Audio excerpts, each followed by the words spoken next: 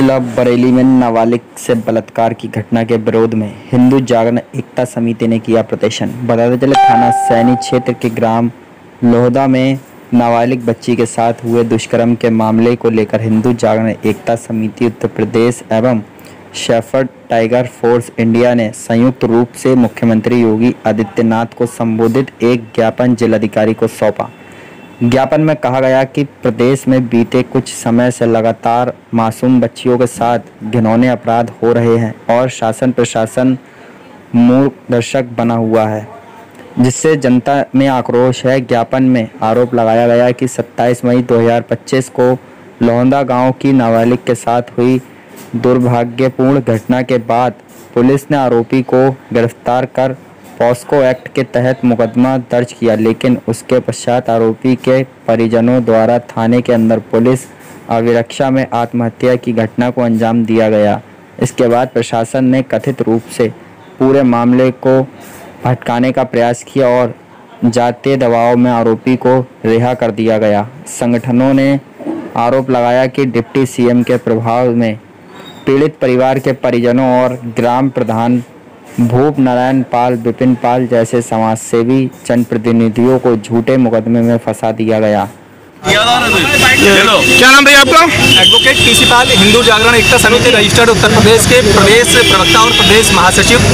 आप हमारे प्रदेश अध्यक्ष हैं मनोज सक्सेना जी, आप हमारे राकेश सक्सेना जी प्रदेश उपाध्यक्ष। क्या मामला है जो आप आए आज? ये हमारे शेफर्ड इंडिया टाइगर फोर्स के जिलाध्यक्ष मंडल अध्यक्ष हैं।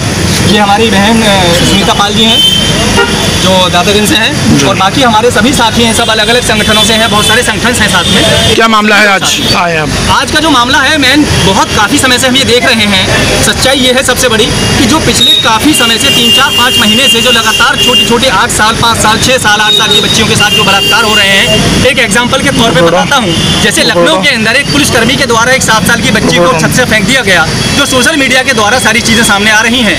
उसके अलावा गोरखपुर में एक 8 साल की बच्ची के साथ बलात्कार अभी 3 दिन पहले हुआ है, सोशल मीडिया पे सारी फुटेज पड़ी हुई हैं। कौशाम्बी के अंदर एक 11 साल की बच्ची के साथ में बलात्कार भट्टे पे ले जाकर के हुआ है, उसके साथ ये चीज़ें हो रही हैं। और उसके बाद में ऐसी कितनी असंख्य घटनाएं हो रही हैं बच्चों के साथ में, जो अनगिनत घटना है। और भाई बाढ़ सी आ गई है पूरी बरसात की तरह, जहाँ पर एक सबसे बड़ी चीज़ ये है जो सत्ता के ठेकेदार हैं वही संरक्षण में हो रहा है। और इस चीज़ पर सबसे बड़ा दुख इस बात का है कि जिन जनप्रतिनिधियों को हमने चुनकर यहाँ भेजा था एक समुचित राज्य व्यवस्था, एक शांति व्यवस्था और एक निष्पक्ष पूरी तरह से बनाने के लिए प्रशासन की, वही कुंडली मार करके बैठे हुए हैं और पुलिस प्रशासन के संरक्षण में ये सब हो रहा है। मेन मुद्दा सबसे बड़ा ये है कि जब एक व्यक्ति 3 दिन से पुलिस अभिरक्षा में वहाँ पर है, 3 दिन बाद उस थाने के अंदर उसके पास जहर कहाँ से आया, उस व्यक्ति को पेट पर लिखने के लिए किसने प्रेरित किया, उस आदमी को आत्महत्या के लिए किसने उकसाया पुलिस अभिरक्षा में, ये एक सब्जेक्ट है बहुत बड़ा, बहुत गहन है। इसको समझा जाए कि पुलिस अभिरक्षा में आदमी की मृत्यु हो रही है तो समझिए कि एक आदमी कहाँ सुरक्षित है। प्लस इस पूरी मृत्यु के पीछे एक सबसे बड़ा कारण उस बच्ची की आबरू, उस बच्ची की असमत को पूरा दबाया गया और एक डिप्टी सीएम के द्वारा उस पर पूरी लीपापोती की गई है ब्रजेश पाठक के द्वारा, और उसमें पूरी तरह से इन्होंने पूरा उसको संरक्षण दिया है। और इससे भी बड़ी जो दुर्दांत घटना है वो ये है कि कल समाज के जितने भी लोग वहाँ गए, जो भी लोकतांत्रिक रक्षक हैं, जो शिक्षित लोग हैं, जो वहाँ उस दुख दर्द को देखने जा रहे हैं, जबकि यहाँ पर ऐसा अंधेर नगरी चौपट हो रही है। कल धारा 144 वहाँ लगा दी गई कि कोई भी उस बच्ची से मिल नहीं सकता है, कोई भी जाएगा नहीं वहाँ पर। अरे अगर इतना ही पहरा बिठाना है तो अपराधियों पर बिठाइए ना, जनता पे, पब्लिक पे क्यों बिठा रहे हैं? हमारा भारत का संविधान, अगर 3 शब्दों में बोलूँ, इस भारत का संविधान जो कहता है टू द पीपल है, बाय द पीपल है, फॉर द पीपल है, जनता के लिए है, जनता के द्वारा है और जनता का बनाया हुआ है।